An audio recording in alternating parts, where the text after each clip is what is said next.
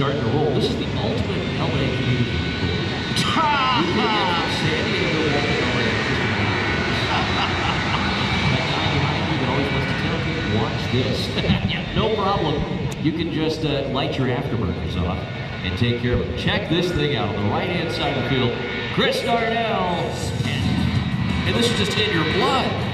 So Chris started driving some of the smaller jet trucks at an early age, and as you said, when Papa Neil handed him the keys, what did he tell him? He said, drive fast. That's all he said. I wish my dad had said that to me.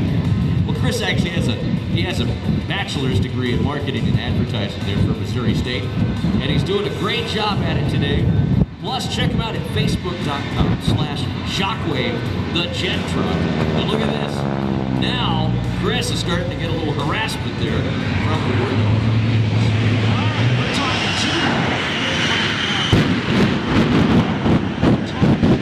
Guinness Book of World Records certified speed record on this jet truck, 376 miles per hour. So we're going to have a race, but it's going to be handicapped. A little bit, because this is shorter record.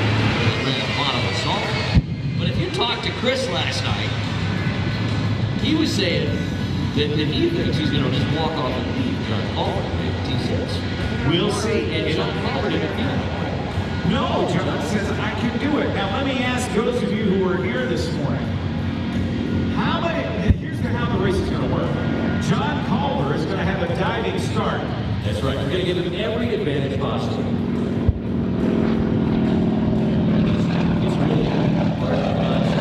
John Culver and a standing start by the Shockwave jet truck. Chris Darnell will have only a matter of seconds to accelerate to over. What is race on?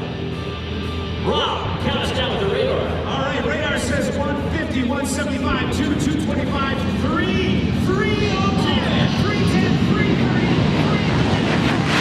Wow! Oh my gosh! He got to 344.7 miles an hour. 44.7 miles. Oh my goodness! Wow! And the overtake was significant on today's race. That was clearly a Chris Darnell win.